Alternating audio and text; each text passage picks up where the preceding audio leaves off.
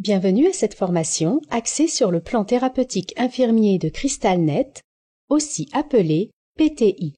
Cette formation s'adresse à tout intervenant ayant besoin de déterminer, d'ajuster ou de consulter un plan thérapeutique infirmier. 2 capsules sont dédiées à ce module.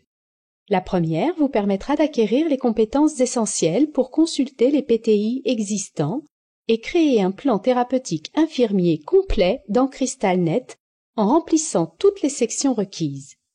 La seconde vous permettra quant à elle d'approfondir vos compétences afin d'adapter le plan thérapeutique infirmier selon le suivi clinique.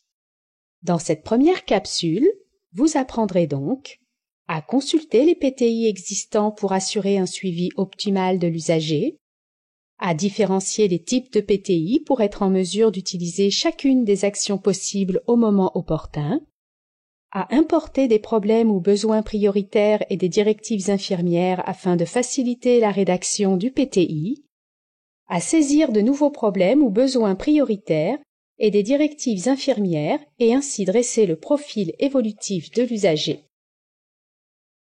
Comme le mentionne le site de l'Ordre des infirmières et infirmiers du Québec, le plan thérapeutique infirmier est une norme de documentation. Il constitue une note d'évolution obligatoire qui regroupe au dossier les décisions de l'infirmière liées au suivi clinique de l'usager. Son objectif est d'assurer un suivi optimal du patient.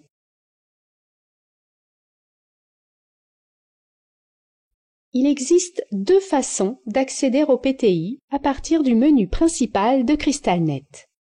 La première façon consiste à sélectionner la fonction « Plan thérapeutique infirmier » située dans le module « e-plan ».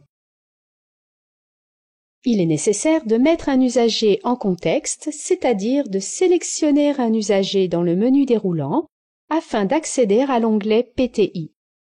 La deuxième façon consiste à sélectionner la fonction « Dossier patient » également située sous le module « e-plan ».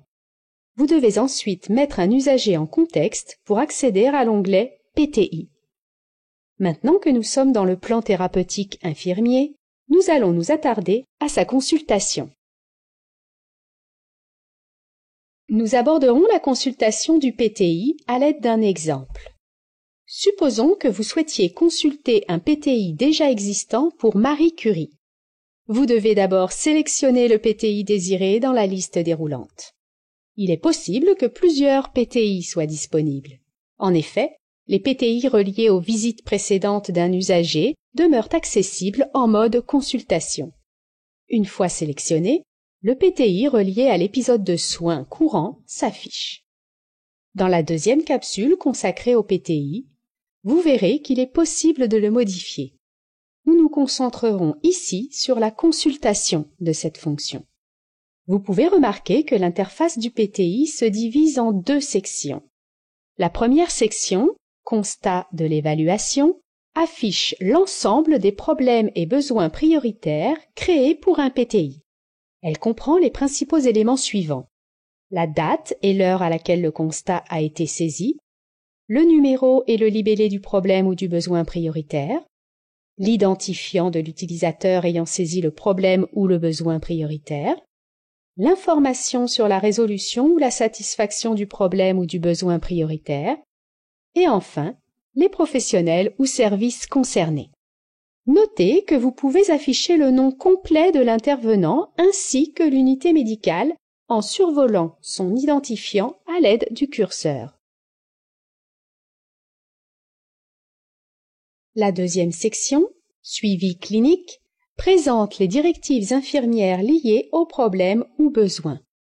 On y retrouve la date et l'heure à laquelle la directive a été saisie, le numéro du problème ou besoin auquel elle est associée, le libellé de la directive infirmière, l'identifiant de l'utilisateur ayant saisi la directive, l'information sur la réalisation ou l'arrêt de la directive.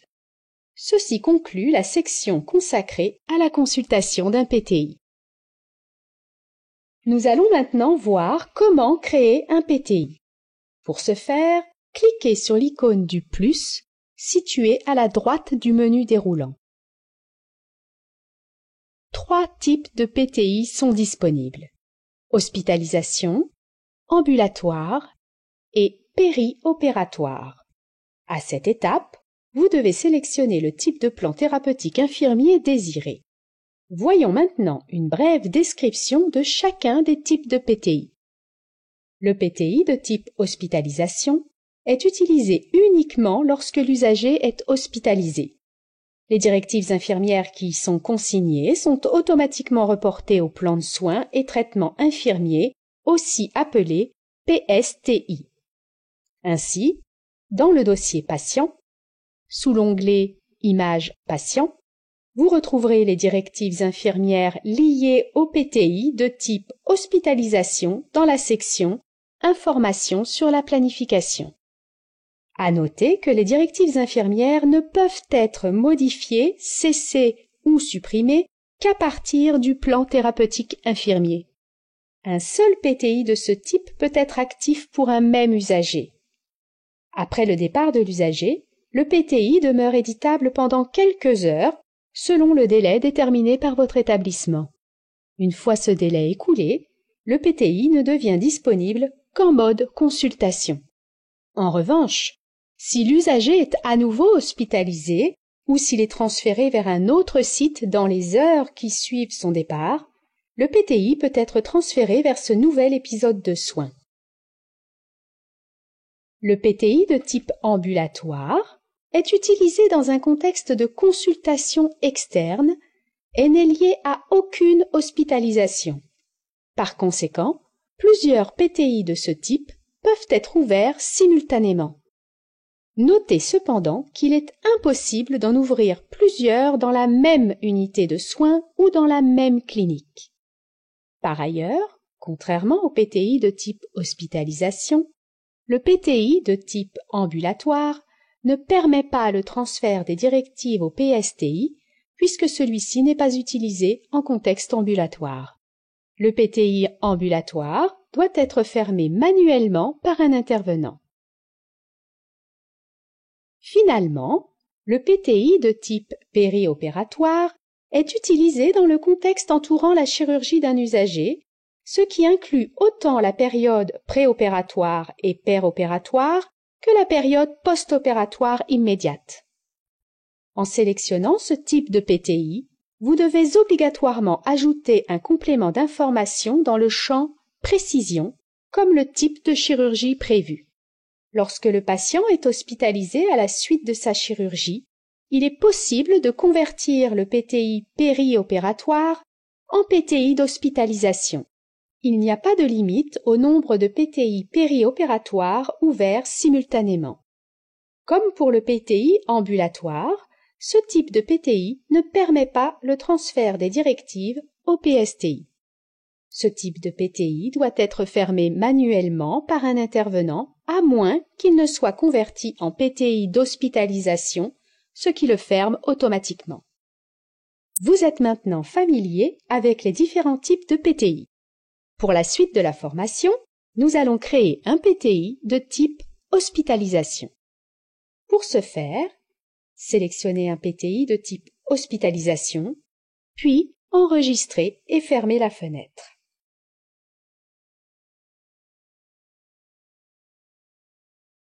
Une fois le PTI créé, 2 choix s'offrent à vous. Importer des constats et des directives infirmières provenant de PTI contenus au dossier de l'usager, ou encore ajouter manuellement ces renseignements.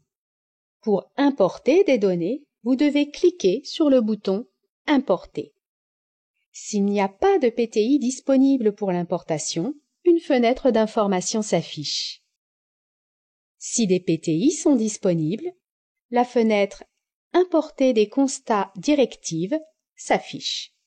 Vous pouvez alors sélectionner les problèmes et besoins prioritaires et les directives infirmières à importer dans chacun des PTI disponibles. Seuls ceux qui sont encore actifs pourront être importés. Il est possible de sélectionner un problème ou un besoin sans directive, mais il est impossible de sélectionner des directives sans problème ou besoin.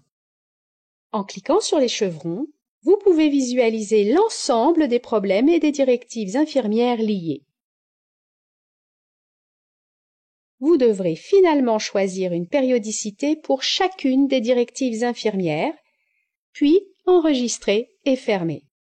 Notez que la méthode pour saisir ou modifier une périodicité est abordée plus loin dans cette capsule.